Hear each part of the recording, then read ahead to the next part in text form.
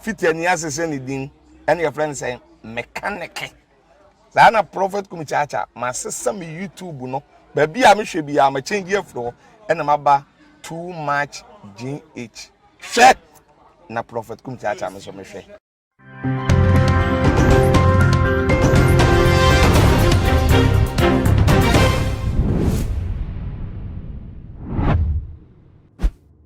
online.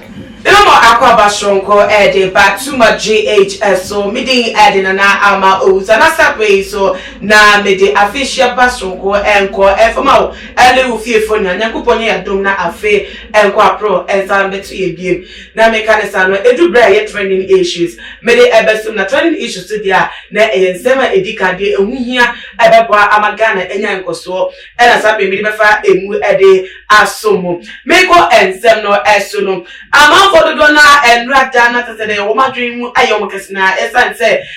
honorable Peter Amewu as a CID wo ye MP elect for Hohoe constituency na ebiem so say Minister of Energy na tese wo mo edin na mo bi otu ho enra say wo ye victory grace was when ya no eye ho any tese Hohoe constituency no emu na tese wati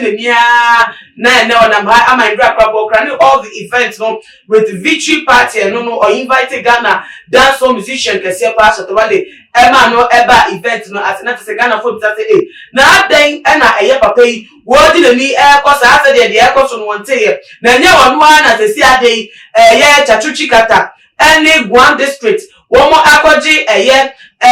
petition and I say injunction edi ato na aba wonya ye so say won be say won nye hwehwemu amate say one more ka say isi me ma no engazete the result no go see say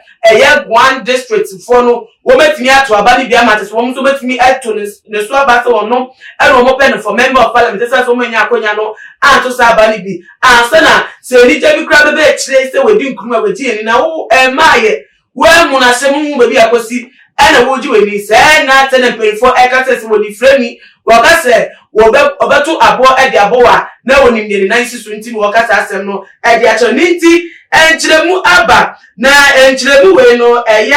NPP sympathizer bakune ebiem so no wosa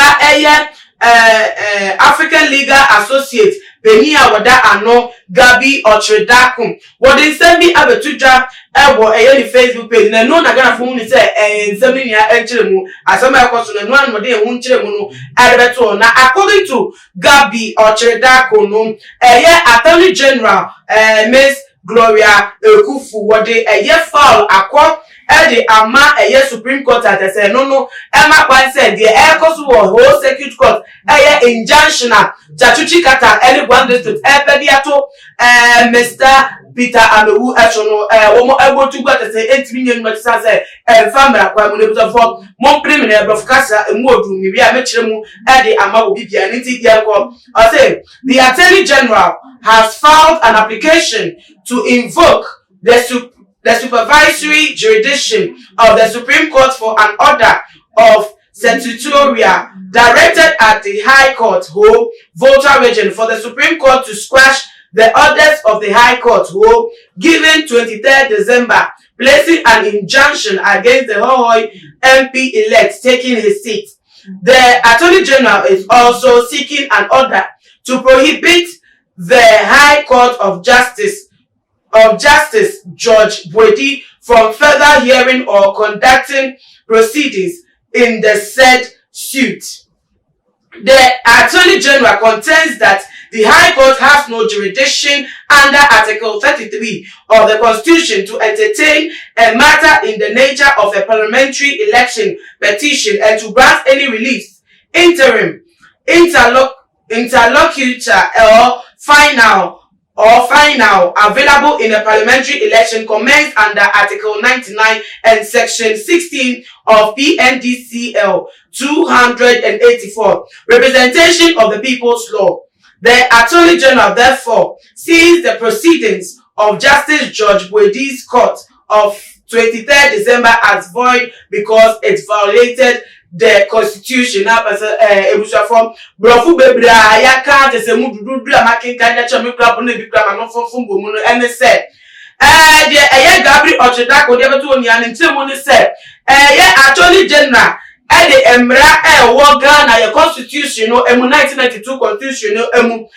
article 33 wakoyi mra bi wo ha efrimu eno no emma ho kwan se o circuit court ebeji assembly say kra ye parliamentary election petition edi abakoto to be cheche mu ebie mu aremu se nukwari bi wo mu na atese wase bu mu for anato bu mu be oni hu sa konya kra mra bi enu a body chi dom se obedi statement na se wo be bo mu justice atna ensem bi sa so na sa ensem no Supreme Court and the corner Supreme Court so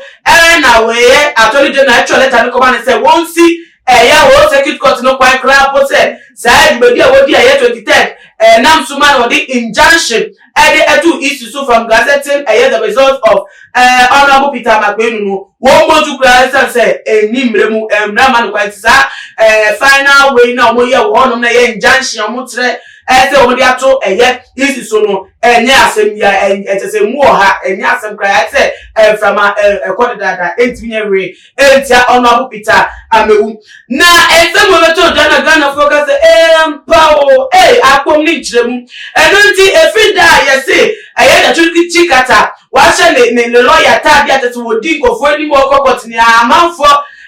tete wo mu adwo mo da wo de da makonye mu no tete matri ba ha tete mu se how bi ani akire enya asenya ne Ghana awu ni mra ye ne mra de ro eti wo mu amonim de ekoto da de ntire na tete mo dwo mani a o ma relieve that tete wo mo to a enselu kra empuso ma wo mo ekosra tro kra te wo am the chosen one and the people have voted in the account that no nim they now would not swear and now so Emmanuel Kasa and some nebisu kasa sesia de wo hwe wo man Ghana mu a NPP form hu ya ye hu sesia kra de wo come out papa now we are ya kanfo wo man Ghana mu ba ni san na enkofukuo Guam district ekro awodo fon kwa wo say ya mo kwan amoma nto aba for parliamentary na presidential de mo kwan atese mremu ye citizen dia was right ni so betima to obi so abata no na person present no wo parliament mu benya sa akonya no makọ akọpe lawyer jatuchi kata obi osumbu se oni mumra se so oni o kan no so age atum no edu o kan akọpe mu whole circuit court na waka asem na asem ya dia atum se de nyanhye beto so a yetetira ada NPP anti no ma buy wo so anti na tese wo de mra ko frota be fe ma bi wo mo sa na tese asem no wa botu egu foolish cases here na nti de ekwa no ne papa mu ana enu nti se NPP po no ma buy to so e pa tese emra ni nia be ko e de abo wo mu na tese wo mo ni mo nya adwene mu emra no akweti o ma na tese gofo adwene o mu ni se de ekọ no de bo ne a enu na so de je mu no emra ele di ejuma e Ghana na emra tese ni emra tan ye ejuma e Ghana 1992 constitution nti se emra bi wo mu sa person no mo aye de so ma bo edi wa ha le ba say so make my be etia na no so so mo ko be mra foforo bi a ni mra we ebo bra na so mo nye hwehwemu yie a betim de nya case e de etia honorable Peter me we nya sa dia na say na tori January kan ma ka sa na be de mama to say on the 7th of January ya swear into office as MP for Hohoe constituency. Ne buta for biya sem da akodu de wo ba local bebra na ate de wo ya ka etra ehyeniti ye be da ediesia na ye ne ni edi ensem na twije tatuchi kata eni Guam district no so ba be ka ewo ensem we chi no so de ni edi ekire sa na ye hu e ba betu da ntu ade tire no ba mo de ane fa so me ewo your comment section na e social video we on all the social media platform following our Instagram and Twitter so at too much GH_ Facebook so too much GH meeting Edna na ama uruswa na me ya doma e be dey shape makram